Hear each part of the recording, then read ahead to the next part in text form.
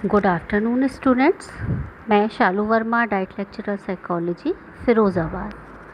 Students, आपका जो 4th semester का पेपर है शांति, शिक्षा एवं सतत विकास, उसके अंतर्गत आज हम पढ़ेंगे ट्रेट अप्रोच ऑफ पर्सनालिटी, यानी कि व्यक्तित्व का शील गुण उपागम।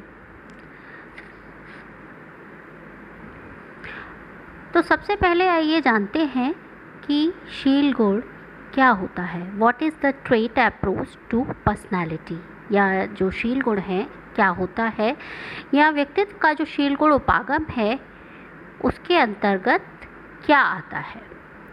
अ trait the typical way a person perceives, feels, believes और एक्ट्स। कोई भी व्यक्ति का वह गुण जिस गुण के से व्यक्ति किसी चीज़ को परसीव करता है, किन्हीं चीज़ों को फील करता है, किन्हीं चीज़ों में विश्वास करता है या किन्हीं कार्यों को करता है, उस वे को हम बोलते हैं शील गुण।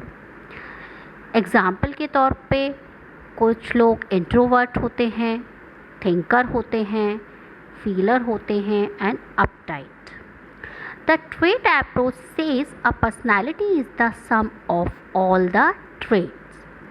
जो आपका शील गुण उपागम या ट्रेट अप्रोच जो है उसका ये मानना है कि जो पर्सनालिटी है वो बहुत सारे शील गुणों का एक सम है, एक समाकलित रूप है।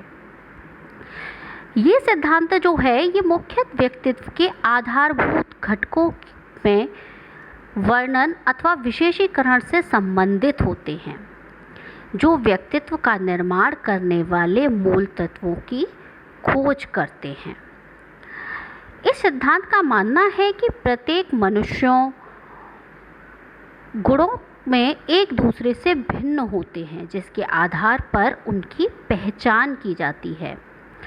इस प्रकार विशेषक उपागम या शील गुण उपागम जो है वो लोगों की प्राथमिक विशेषताओं की पहचान करने का प्रयास करता है।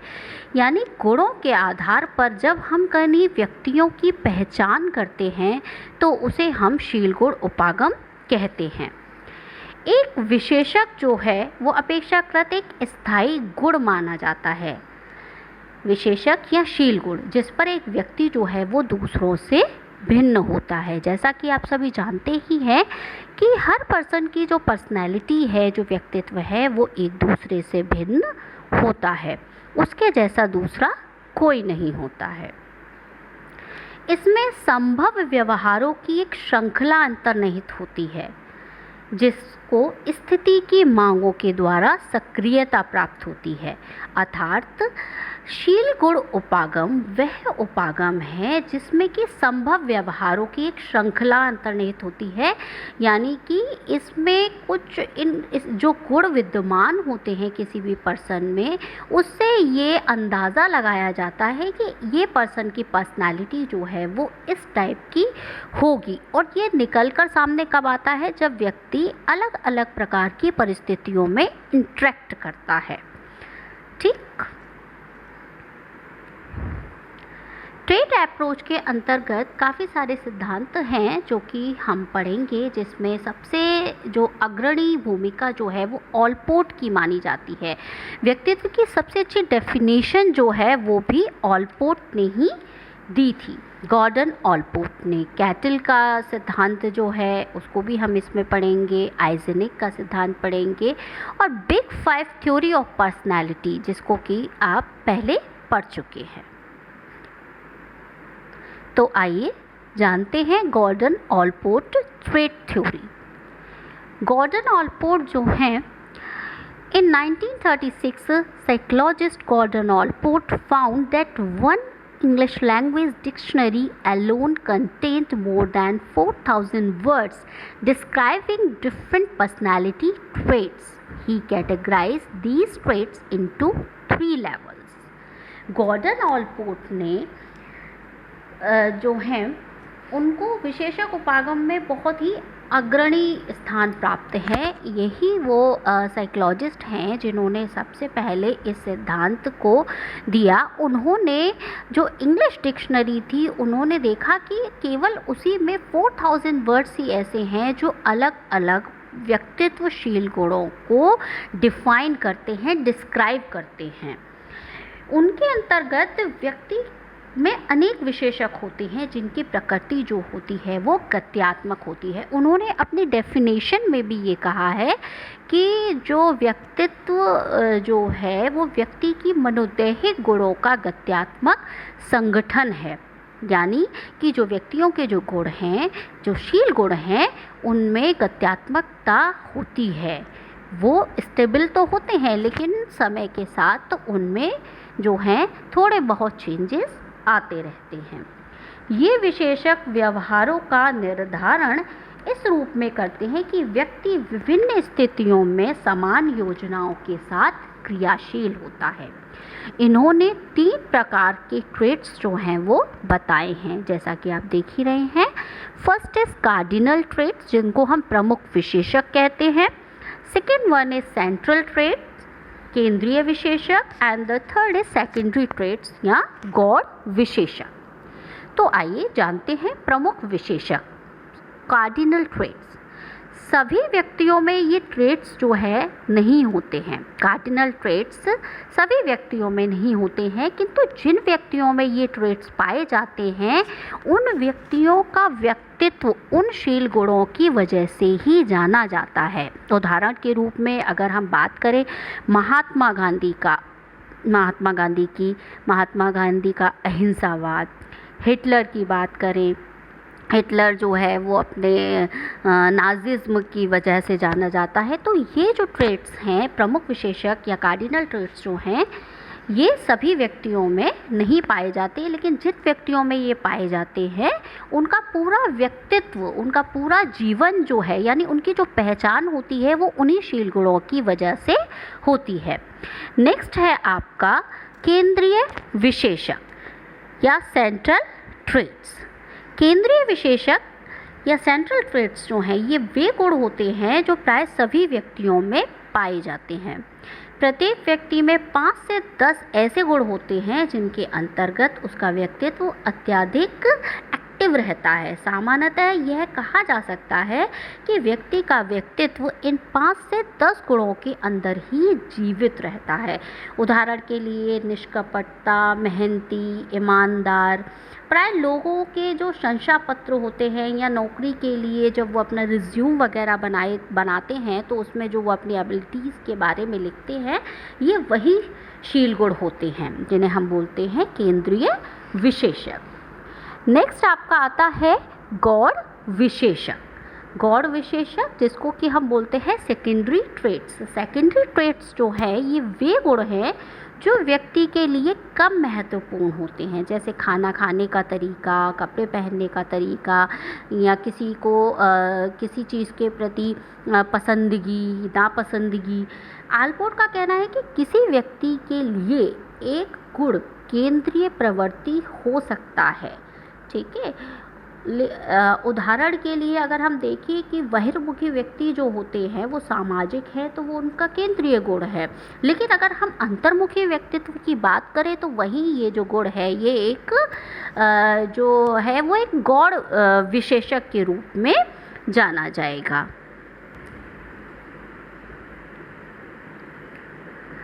नेक्स्ट आपकी आती है कैटल का सिद्धांत, कैटल की थ्योरी। कैटल ने अपने 16 व्यक्तित्व कारकों को बनाने में कारक विश्लेषण या फैक्टर एनालिसिस का प्रयोग किया था। फैक्टर एनालिसिस जो है ये एक स्टैटिस्टिकल मेथड है जो कि दिया था स्पीयरमैन ने, और इसका अर्थ होता है कि किसी भी बड़े डेटा को छोटे रूप में लाना। उदाहरण के लिए हम समझ सकते हैं कि जैसे हमने कोई सर्वे किया, उस सर्वे में 500 क्वेश्चंस हमने रखे हैं और उन 500 क्वेश्चंस को 10 डिफरेंट कैटेगरीज में हम डिवाइड कर दें तो उसे हम क्या बोलेंगे, उसे हम बोलेंगे फैक्टर एनालिसिस। तो कैटल ने भी जो है वो फैक्टर एनालिसिस का यूज़ करते हुए जो है वो ट्रेट्स बताए, जिसमें उन्होंने 16 पर्सनालिटी फैक्टर जो है उनको इम्पोर्टेंट बताया है। जैसा कि आप जानते हैं कि सबसे पहले शीलकुल उपागम में ऑलपोर्ट ने काफ़ी सारे डिस्क्राइबिंग वर्ड्स के बारे में बताया था। तो ऑलपोर्ट ने 17,953 प्रकार के शील गुणों का वर्णन किया है। कैटल ने इन सारे शील गुणों को जब उनका अध्ययन किया तो जो समान संबंध वाले जो शब्द थे उनको 45 शब्दों में, और उसके बाद उन 4500 शब्दों को भी उन्होंने 171 शब्दों की सूची में जो है एक तरीके से सूचीबद्ध किया, और उसको ही उन्होंने विशेषक या विशेषता सूचक शब्द का नाम दिया। कैटल ने कारक विश्लेषण के आधार पर 35 मुख्य 23 सामान्य 35 जो है वो मुख्य गुण बताए, और उन 35 मुख्य गुणों में उन्होंने 23 जो गुण थे वो सामान्य या शील गुण थे जो कि सामान्य व्यक्तियों में होते हैं, और 12 शील गुण जो हैं वो असामान्य व्यक्तियों में पाए जाते हैं। सामान्य व्यक्तियों में पाए जाने वाले जो 23 शील गुण थे उसको उन्होंने 16 शील गुणों को जो है वो प्रमुख माना है, जिन्होंने उन्हें मुख्य शील गुण या सोर्स ट्रेट कहा है। जैसा कि आप देख रहे हैं उन्होंने 2 टाइप के ट्रेट्स जो है वो बताए हैं, surface trait and the second one is source trait. तो फर्स्ट इज सरफेस ट्रेट या सतही शील गुण जिनको हम कहते हैं। तो सतही शील गुण जो है ये clusters of overt responses that seem to go together, यानी सरफेस ट्रेट्स जो हैं या सतही शील गुण ये वो शील गुण होते हैं जिनका व्यक्तित्व निर्माण में बहुत ही महत्वपूर्ण योगदान होता है। ये संख्या में बहुत अधिक होते हैं, क्लस्टर्स में होते हैं और ओवर्ट होते हैं। ओवर्ट यानी कि बाहरी रूप से दिखाई देने वाले होते हैं, व्यक्तित्व की ऊपरी सतह पर स्थित होते हैं, और हमारी जो दिन प्रतिदिन की जो क्रियाएं हैं इसको हम आसानी से पहचान सकते हैं। जैसे प्रसन्नता है, सामाजिकता है, दुखी है, व्यक्ति के व्यवहारों को देखकर, बाहरी रूप से व्यवहारों को देखकर हम उनके शील गुणों की पहचान कर सकते हैं, जिसे हम बोलते हैं सरफेस ट्रेट। दूसरा है उनका source trait. Source trait building blocks of personality, ये किसी भी पर्सन की पर्सनालिटी के बिल्डिंग ब्लॉक्स होते हैं। काफ़ी सारे सतही शील गुण मिलकर सोर्स ट्रेट बनाते हैं। More stable then surface trait and can only be discovered by factor analysis, और केवल फैक्टर एनालिसिस के थ्रू ही हम इनको जान पाते हैं। सतही शील गुण से ये शील गुण कम होते हैं और इनकी अभिव्यक्ति जो है वो आंतरिक होती है। ये दिन प्रतिदिन के क्रियाओं में व्यक्त नहीं होते हैं। जैसे अगर हम बात करें कि जब निस्वार्थता जो कि एक सतही शील गुण है, सामाजिकता जो कि एक सतही शील गुण है, प्रसन्नता एक सतही शील गुण है, जब ये तीनों शील गुण मिलते हैं तो एक सोच स्टेट बनता है मित्रता। कैटल ने ये जो 16 पर्सनालिटी फैक्टर्स बताए हैं वो 16 पर्सनालिटी फैक्टर हैं: warmness, abstract thinker, emotionally stable, dominant, enthusiastic, consciousness, bold, tender minded, suspicious, imaginative, shrewd, apprehensive, experimenting, self-sufficient, controlled, tense। Next हमारा आता है आइजेनिक का शील गुण सिद्धांत। आइजेनिक ने व्यक्तित्व को 2 आयामों के रूप में प्रस्तावित किया है। इन आयामों का आधार जैविक एवं आनुवंशिक है। प्रत्येक आयाम या डायमेंशन में अनेक विशिष्ट विशेषकों को सम्मिलित किया गया है। ये आयाम है जैसा कि आप इसमें आपको दिखाई दे रहा होगा: neurotic versus stable emotions, introverted personality versus extrovert personality. तंत्रिका तापिता, न्यूरोटिक वर्सेस स्टेबल इमोशंस, तंत्रिका तापिता बनाम सामवेगिक स्थिरता, जिसका तात्पर्य है कि लोग किस मात्रा तक अपनी भावनाओं पर नियंत्रण रख पाते हैं। इस आयाम के एक छोर पर तंत्रिका तापिता से ग्रस्त लोग होते हैं जिनमें दुश्चिंता, चिड़चिड़ापन, अति संवेदनशीलता, बेचैनी और नियंत्रण का अभाव पाया जाता है। दूसरे छोर पर आप देखेंगे कि शांत, संयत, विश्वसनीय व स्वयं पर नियंत्रण रखने वाले लोग होते हैं। दूसरा है आपका extroverted personality versus introverted personality, बहिर्मुखता बनाम अंतर्मुखता। इससे तात्पर्य है कि किस मात्रा तक लोगों में सामाजिक उन्मुखता अथवा सामाजिक विमुखता पाई जाती है। इस आयाम के एक छोर पर सक्रिय, आवेगशील, रोमांच के प्रति पसंदगी पाई जाती है, वहीं दूसरी ओर आप पाएंगे कि दूसरे छोर पर जो लोग होते हैं, जो कि दूसरे छोर पर उच्च अंक प्राप्त करते हैं, वो निष्क्रिय, शांत, सतर्क और आत्म केंद्रित प्रकार के होते हैं।